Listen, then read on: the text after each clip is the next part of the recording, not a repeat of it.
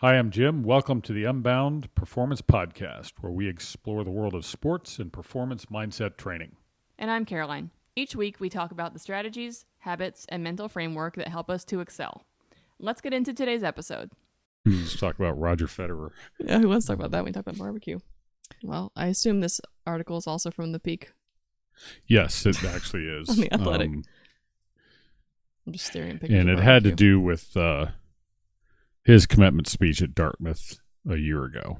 And they kind of revisited it because that thing went viral, like 25 minutes long, and millions of people have watched it. And there were some lessons to take away from it that I thought were really good and, line right up with a lot of the things we talk about. So I know one of the comments he makes at the end of his speech, I knew tennis could show me the world, but it is not the world. And we talk about that kind of thing all the time. Where, and it's always, to me, it's just fascinating how people like that think, what goes through their minds during like a competition, but also before and after. And I mean, he's one of the greatest tennis players ever. But it doesn't matter. Like it'll, I've just been talking to someone about, like Colin O'Brady, who treks across Antarctica by himself. Okay, I want to know. Like, so I read his book. That guy's head? I have no idea how you even think about doing something like that, but it's fascinating. And he goes around speaking about mindset and all of that kind of thing. So he's got a couple books. I read those, but all this stuff just kind of lines up with how a lot of these people think. But at the same time,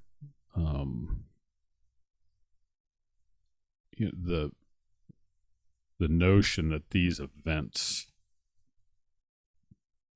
don't mean like almost everything to a lot of these people. I'm rereading a book kind of by and about Bill Parcells. It's kind of an autobiography, but with another writer. And the hunger for winning. And, he became friends with Bob Knight when they were both at West Point. And they both, like, Knight actually warned him, like, once you win one, you think that does it for you? No. Like that's all you want to do is win another one. Yeah. And then when you win another one, all you want to do is win another one. And it's and I read this article, is actually in the Athletic a month ago. It's about George Karl, he's in the Basketball Hall of Fame. He's a player at Carolina, played professionally, and coached in the NBA for a long time, but he never won the title. So he's, in his mid-70s. I mean, listen to him talk about how he feels about not ever winning one. I mean, he gets tears in his eyes. Yeah. Like, it's devastating. Been doing this forever. That is like the goal. And now he's retired, and he's not in great health, and he's still like, it eats at him. Yeah. And so it's easy to sit here and tell people how they should think about all these things. But if you've never won,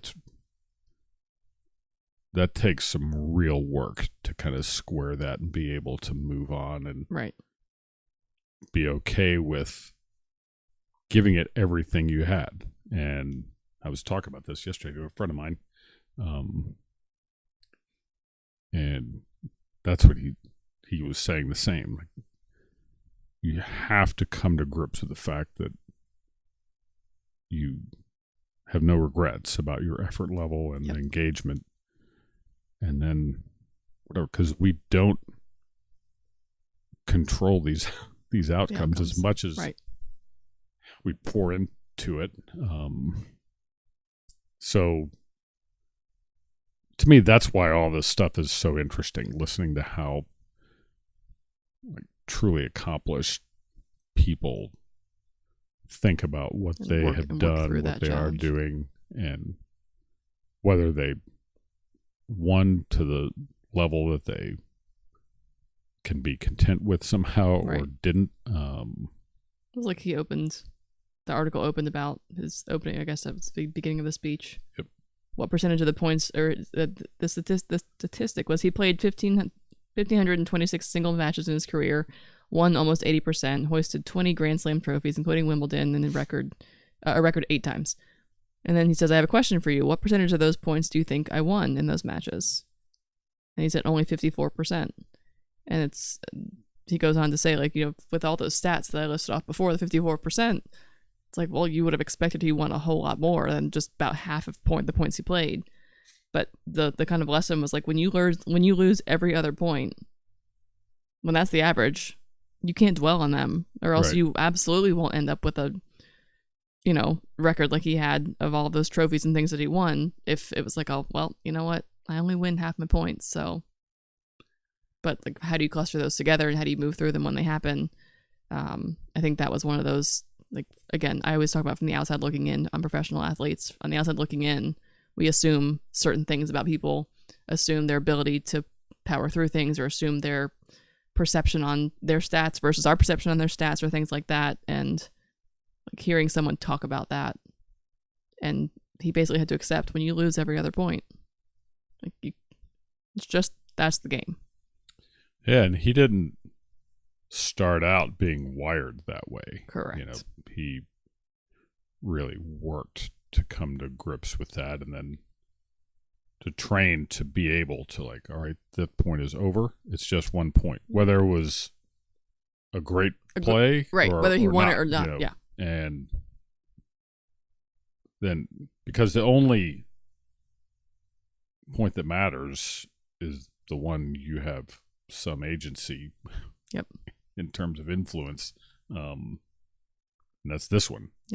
Once it's done, it's done. I mean, I remember so specifically, I was not good at either dwelling on past points or thinking about like what might happen next. Like, you know, you're down, you know, 3 points in the fifth set kind of thing.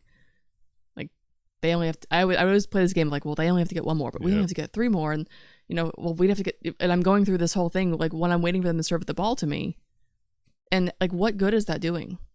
Because regardless, the ball's coming, someone's going to win the point, and me sitting here running statistics on how we could score 3 before they score 1 just is a complete waste of my brain space. And I would probably even venture to say, like, at the time, I knew that it wasn't productive thinking, but I didn't know how else to not go there. And I am 100% that not only was it unproductive thinking, but it impacted the way that I played that next point. I played too tight, too stressed, too like, we gotta win this point, rather than just doing my best. And I have very vivid memories of like standing at the net waiting for the ball to be served, and like staring at the scoreboard, like running the numbers. Like, for what? Like, where did that get me other than stressed out? I wish I could say that I never did that. I did that. If I had $1 for every set I did that in, I'd have a lot of dollars.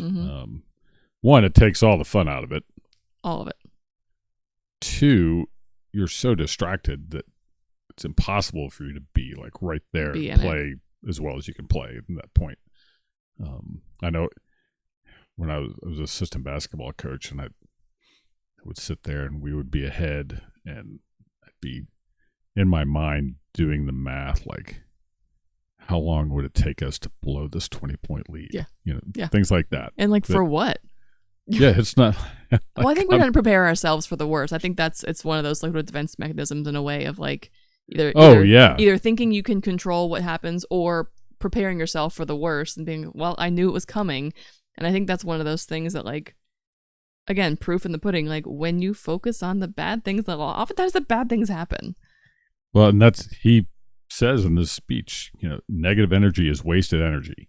100%. And so while I'm sitting there wondering about how quickly we can blow a lead or how many points behind we are, guess what I'm not doing? Like, I'm not putting energy into the team, I'm not competing.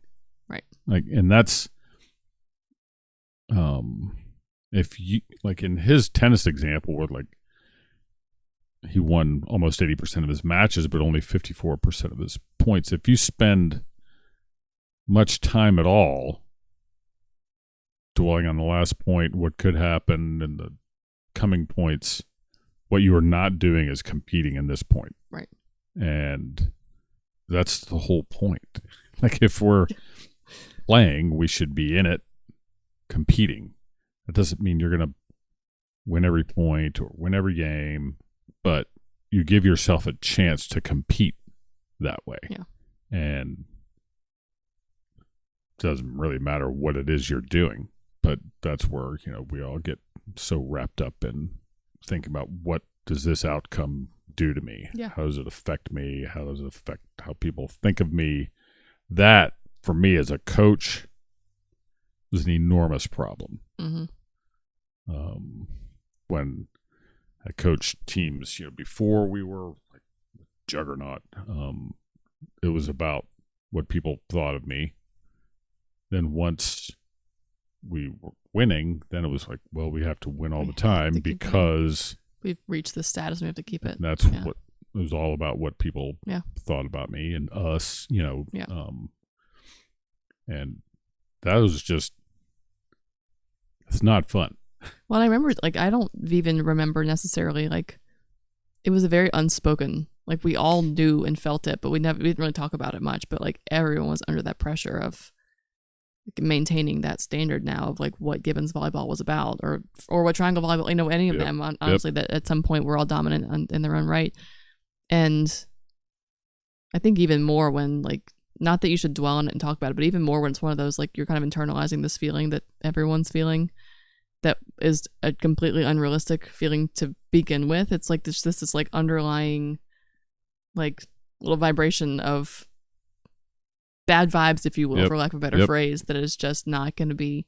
And I think thankfully, skill outperformed those thoughts in most people's heads, but it certainly could have been one of those things that rather than, like, saying, okay, we're really great, we have to keep this up, and therefore we're going to play really well, it could have absolutely. And you probably saw some instances where maybe that pressure did take a team down and didn't perform. Oh, yeah. I mean, I only know my 4 years when I was there, but I think that's one of those.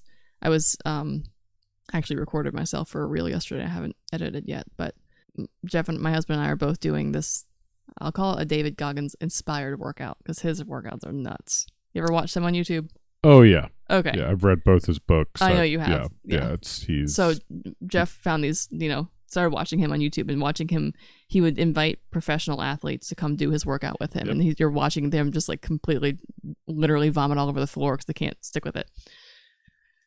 So anyway, we decided. Well, he's been doing it longer than I have, but he's been doing this workout where it's get on the air bike, self-propelled air bike. I think I watched that video. Yeah. So, well, the one we're doing though is like he does this for like 3 hours. It's like an hour for us.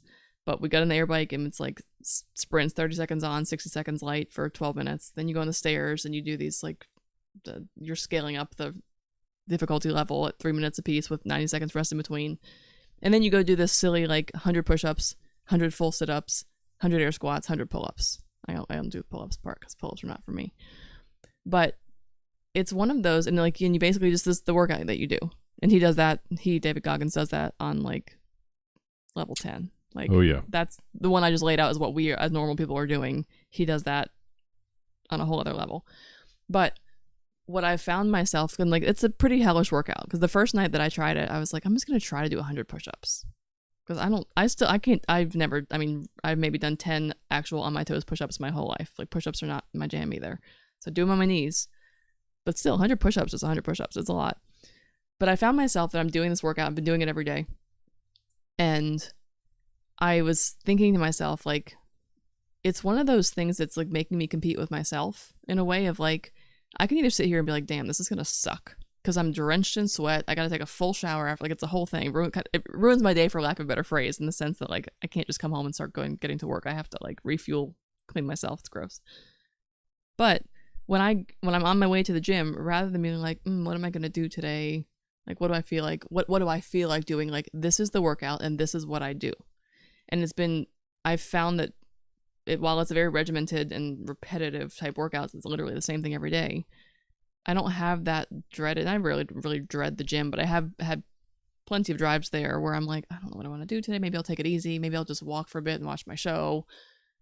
But having this, like, this is what I do and this is how I do it, and it takes me about an hour. I know this is how it's going to look, has got me in this new mindset of, like, just showing up in a different way, of competing with myself, of like, this is the job. Let's do it. Not how can I cut a corner? How can I scale back? And you and I've talked about before, or you have said to me, like, why are you going to set the alarm if you aren't going to get up? And I think when you switch your mindset to, like, this is what I do and this is why I do it, and I'm going to do it because this is, I think I kept coming back to, like, this is what I do. Yeah, that's well, I mean, all these kind of people, from David Goggins to Cameron Haynes, Jocko Willink, Tony Robbins, they all, this idea of, like, you don't negotiate with yourself like that, and that's that is, once you get into that groove. Yeah.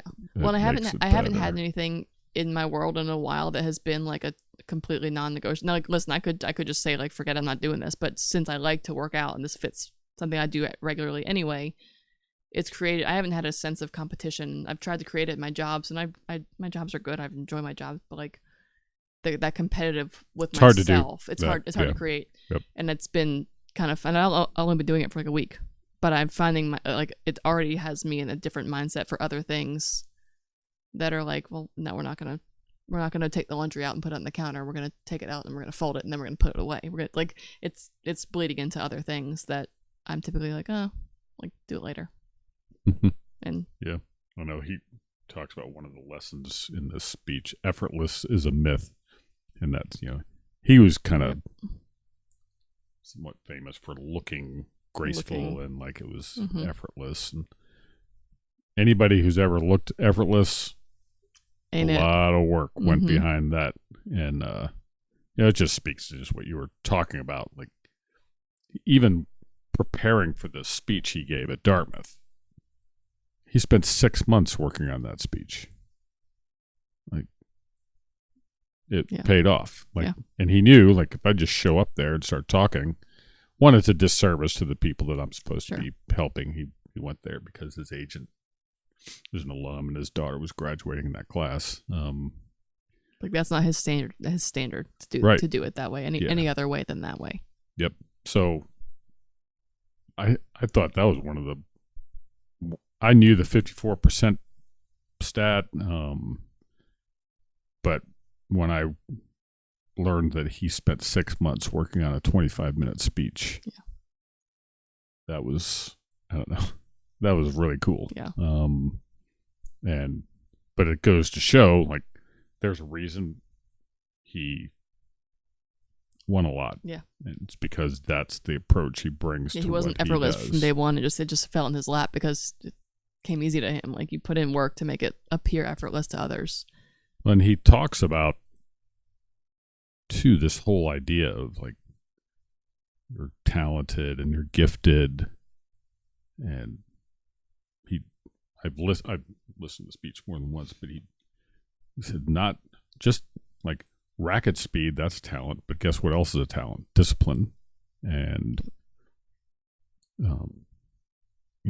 all those kind of things we talk about that you have control over. And he says it's not nearly so much the gift as it is the grit. And we talked about that book with that title. It is it. Like, if you are going to persevere and work and you have a really rock solid reason for putting in all that work, then you're going to be prepared, and being prepared lets you look, effortless depending on what the Sure. activity is. But there's no way someone who achieves like that, is a natural, and Yeah. that kind of like fixed mindset way of thinking is very limiting. Yeah. And I think there is some cases where you have some natural talent, but like, what do you do with that? Right. And also cases where there isn't natural talent and you've created something that wasn't already there. Like, I think people definitely see that whole like, child prodigy thing, or this, whatever you want to call it, that, okay, but like who around that child, or that child when they got to a certain age, helped form and create the other aspects of that success and performance, other than just like, well, he's just pretty good at playing the piano, right? Yeah, it's not just something that comes. You're not born playing the piano. No, and that's, we have this idea of that. Well, they're just born with a special something. We talked about that before. No, like they work very intentionally, systematically, and consistently every day. Yeah. And they're surrounded by people who are supportive of that. Yeah, helping them get where they want to go. But I think that's, the idea of the natural and the effortless. You're just lucky. It's easy to swallow that. Yeah. And that lets you off the hook a little bit. Well, I mean, I'm not that. So right. Then I can just sit here. Coast a little bit. And I just don't. I had a talk with my kids last night. And I told them both, like, we're not made to just sit here. We are created to be great. And then they talked about what greatness looks like. And it's not about, becoming the next president of the United States or sure. Napoleon or whatever, but it is about what does greatness look like right now, what you're doing. And for you right now. Yeah. And that means you got to think about who you want to be when you're doing this and how you want to live. So, yeah, it was a heavy conversation there. It didn't last forever, just 10 minutes or so for 14 and a 12-year-old, it was like, yeah, okay. But it was a teachable just a little moment. dose. Yeah, it was a teachable moment. And which we touched on this earlier, that life is, bigger than what happens on the court. That was his last lesson, at least that they covered in this article. And that's where, like, we can become very consumed. And I will say I definitely was as a coach. And that was probably let that stuff define me more than I'm comfortable with now. And I wish I wouldn't have, but whatever. Yeah. I can wish in one hand and I know. Who cares? Like, so all I can do is learn from it and pass that along. And I think his sentiments on this were powerful, about tennis showing him the world, but it wasn't the world. And, I've heard him talk in other situations where he said, like he lost one of, the most memorable Grand Slam finals in history in 2008 to Nadal. It was a bloodbath and went 5 and lasted forever. But he says, what will happen if I win? After this, I'm going to go to dinner with my family.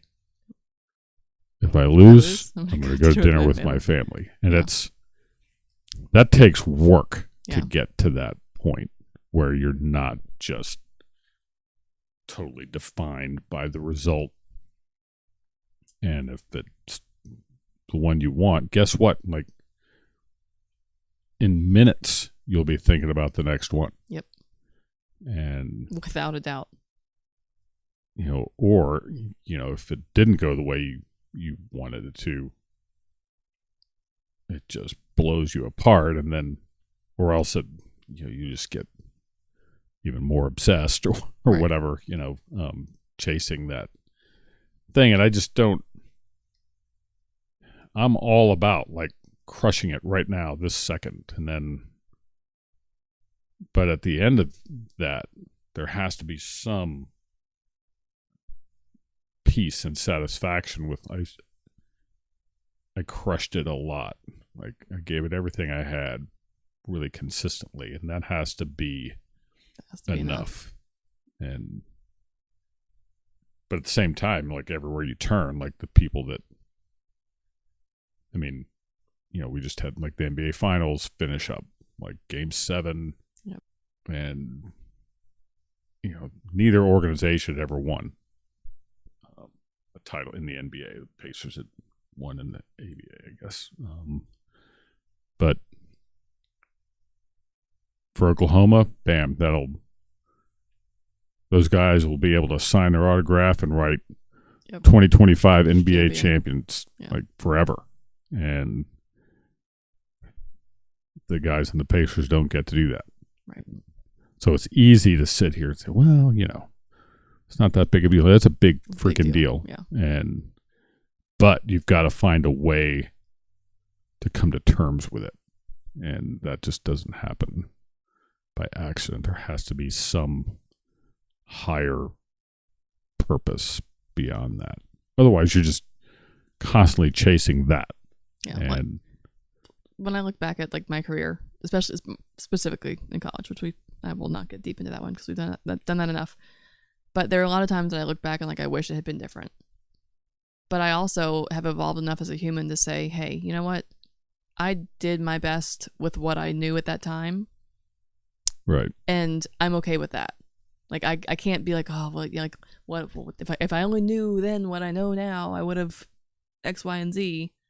But like the bottom line is I didn't, and I have to be okay with that and know that like if I still thought today the way that I thought when I was 20 years old in college, that's a bigger problem. That would be a huge That'd be problem. a way bigger problem than me. Yeah. And so I think it's one of those, like, you have to say, like, you have to be okay with it being enough or being good enough.